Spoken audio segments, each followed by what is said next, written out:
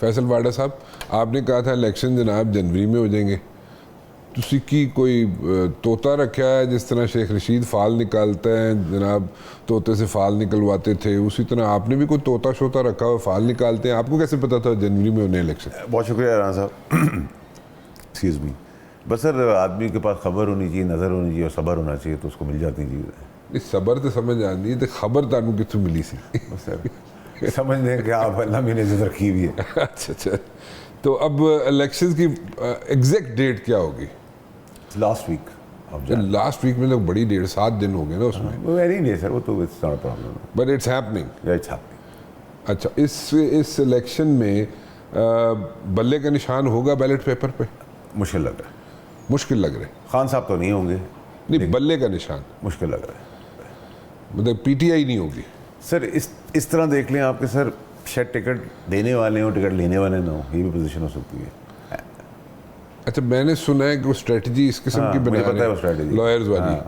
हाँ, कि लॉयर्स आएंगे, सबको लॉयर्स को दे दो टिकटें। सर देखिए, स्ट्रेटजीज बनती भी हैं, ख्वाहिशात होती भी हैं, चलती ही नहीं चलती, ये तो वक्त ही बताएगा। सो दैट मीन्स कि फिर आप इसी अगेन आप जो प्लान कर रहे हो उसके अंदर भी आप एक वायलेंट इशू ला रहे हो। उसके अंदर ये है कि लॉयर्स हमारे सब बड़े रिस्पेक्टेबल हैं, एक्सेप्टेबल हैं, पढ़े लिखे लोग हैं, बट उसकी पंच लाइन में नहीं आप जा रहे। वो कह रहे हैं अगर उधर कोई चीज़ आगे पीछे हो तो हम उसको लॉयर्स मूवमेंट में कन्वर्ट कर देंगे। तो ये जो मार धाड़ की सियासत है ना सर, ये पाकिस्तान में नहीं चलेगी। नंबर 1। नंबर 2 सर ये कि जो भी दूसरी तरफ भी जो 18 बेईमान चोर बदबूदार जमहूरी जनाजा लेके हम चलते हैं लीडर्स का, अगर उनकी विश लिस्ट के हिसाब से, उन्होंने तो पीडीएम ने तो कहा है ना कि जी उनकी जो ख्वाहिशात हैं थड़े महल्ले में के वो चीफ जस्टिस साहब पूरी कर देंगे, जो मैं नहीं मानता। ठीक है, चीफ जस्टिस साहब तो बड़े ब्लंट, ईमानदार, फ्रंट फुट पे खेलने वाले हैं कि जी सारे रिलीफ मिल जाएंगे। अच्छा, तो सपोजिटली अगर हम डिबेट कर लें कि शायद ख्वाहिशात पूरी होती है, ओके, तो 13 महीने की गवर्नमेंट चलेगी, 13 महीने से आगे नहीं जा सकेगी। अच्छा, ठीक है जी। और अगर कोई बहुत तुरम खान आ गया बीच में, कोई तोप आ गया, माइनस नवाज शरीफ कोई और उनकी पार्टी का आ गया, तो 16 महीने चलेगी। माइनस नवाज शरीफ कैसे कर रहे हैं? माइनस नवाज शरीफ अगर वो प्राइम मिनिस्टर नहीं बने, केसेस रिलीफ नहीं हुए, तो अगर उन्हीं की पार्टी से कोई और आ जाता है। नहीं, एक मिनट रुक जाए, यहाँ पे भी आपके पास ना कोई खबर है, ये भी आप मुझे ना थोड़ा सा टोपी घुमा रहे हैं। मसला ये है कि आप क्यों सोच रहे हैं कि मियां नवाज शरीफ नहीं होंगे in the run for the convict है ना सर, तो आप क्यों सोच रहे हैं कि उनको रिलीफ नहीं मिलेगा? ये तो सर अब मेरा देखिए, जैसे नैब के ऊपर मैंने कहा था कि नैब केसेस खुल जाएंगे, ठीक है, अल्लाह ने इजाज़त रखी, वो ही हुआ। ठीक है जी। सो वो कौम की आवाज़ थी। अभी देखिए हमारे 2 हीरोज़ हैं जिन्होंने होप, इन्होंने उम्मीद की किरण दिखाई है। आई होप के जो दिखा रहे हैं वो वैसा कर बैठे हैं। एक है चीफ ऑफ आर्मी साहब, ठीक है, उनके कोई जादू की छड़ी तो है नहीं, कोई डॉलर नीचे ले आए, खाने पीने के अशिया नीचे ले आए, स्मगलिंग रोक दी, वो अपनी जेब नहीं भर रहे। ठीक, ये जितने बेशरम बेहया जनाजे हैं हमारे पास, केकड़े की चाल चलने वाले जो खड़े नहीं हो सकते, बैठ भी नहीं सकते सीधे, ये इस चीज़ों के बेनिफिशरी थे। इनकी वजह से डॉलर बढ़ रहा था, इनकी वजह से चीज़ें महंगी हो रही। देखिए, जिस वोट की भीख मांग से कि हमें वोट दे दो, उस गरीब को जो जो चीज़ें चाहिए उन सब की फैक्ट्री इन लीडरों के पास है। शुगर मिल्स, आटे की फर्म मिल्स, चावल, गोदाम, स्कूल, कॉलेजेस, बैंक्स, बिल्डिंग्स, अस्पताल, फार्मास्यूटिकल, इस सारी इन बेशर्मों की है जिनकी ज़रूरत अवाम को है। तो अवाम इस हद तक बेहिसी में हम आ चुके हैं, अवाम को उस हद तक ले आए हैं कि सर वो अपनी 13 साल की बेटी रोटी खाने के लिए नौकरी के लिए भेजता है पीर और जजों के घर में, और वहाँ उनका रेप होता है, उनकी आज़ादी होती है और उनको कत्ल कर दिया जाता है, और पुलिस बाज़ियाब नहीं करा सकती क्योंकि वो इन्फ्लुएंशियल ख़ानदानों से हैं। अगर मेरे समेत कौम ने बेहिसी नहीं छोड़ी तो इनके बच्चों को रोड से उठाकर उनकी चमड़ी निकाल के ये बेशरम बेहा लीडर्स अपना जूता बना देंगे। So it is about time कि हमारी जो बेहिसी है और बिरयानी की देग पे जब हम वोट देते हैं वो सोचें। इन्होंने ना एजुकेशन दी ताकि अच्छे बुरे की तमीज़ ना मिल सके, वडेरा शाही है, बदमाशी है, डीसी पुलिस, रेड इलेक्शन पहले भी थे, आज भी होंगे, कल भी होंगे।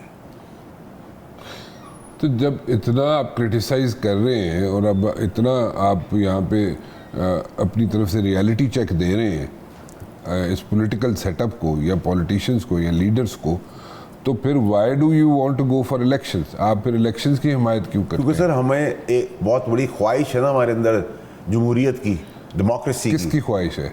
पाकिस्तानियों की ख्वाहिश है सर, दुनिया की ख्वाहिश है। हम तरक्की याफ्ता मुल्कों में शुमार होना चाहते हैं, तो हम डेमोक्रेटिक सिस्टम को लेकर चलना चाहते हैं। तो एक दफ़ा और मज़ा ले लें, 13 महीने 11 महीने गुजर ही जाएंगे, कोई प्रॉब्लम की बात थोड़ी है। मतलब आपके ख्याल में जो हुकूमत आएगी, जो भी आएगी, वो 13 महीने के लिए आएगी बस? सर गुड केस आ रही हो 17 महीने, इन बैड केस आ रही हो 11 से 13 महीने। कपड़े फाड़ देंगे सर लोग। आप देखें तो 400 रुपये से ऊपर का पेट्रोल होगा, ठीक है, ना रोटी होगी ना खाने को होगा, बिजली के बिल बढ़ चुके होंगे। ये सिम्स पे अगर चीफ जस्टिस साहब और चीफ ऑफ आर्मी स्टाफ अगर डायरेक्शन दे भी दे पाकिस्तान को पटरी पर, तो ये फिर पटरी से उतार के इन्हीं सारे जो जिसको आप सिस्टम कहते हैं उस सिस्टम के तहत चलेंगे। देखिए ना, कल आने से पहले उन्होंने बयान दे दिया है, अपनी औकात से बड़ा बयान दे दिया है कि मिट्टी नहीं डालूंगा, मैं एहतसाब करूंगा। जवाब मिल गया है ना, शहबाज शरीफ को लंदन जाना पड़ गया है, उतना खुद को जितनी औकात है। और चोर ने कभी किसी का एहतसाब किया है? तो अब नाम तक तो शायद फिर भी बर्दाश्त हो जाए, उससे आगे का जवाब चला गया है कि अपनी औकात पर फुदकना बंद कर दो। तो क्या वो वापस आएंगे 21 को? सर देखिए, वैसे तो 21 is my birthday, so it's a bad day for them. ताड़ी बर्थडे मनाना आ रहे हैं? ठीक है, सो मैं तो उनसे कहूँगा दी, so I am really doubtful. Why is it a bad day for them? For them, okay. For me it's a good day. अच्छा, ओके। तो और वो आते साथ ये भी बता रहे हैं, कहाँ से कॉन्फिडेंट ड्राइव कर रहे हैं कि वो हेलीकॉप्टर में जाएंगे, वो हेलीकॉप्टर किसका होगा। तो मैंने तो उनको सजेशन दिया कि वो हेलीकॉप्टर भी मीनार पाकिस्तान की टिप पे लगा दें, तो दोनों काम हो जाएंगे। क्योंकि जो 10 लाख आदमी को क्लेम करें तो 50,000 आदमी भी नहीं कर सकते, ठीक है। अच्छा। नंबर 1। नंबर 2 ये कि प्रिजन वैन समझ आती है मुझे एयरपोर्ट से कलेक्शन के लिए, कन्विक्ट है वो, ठीक है।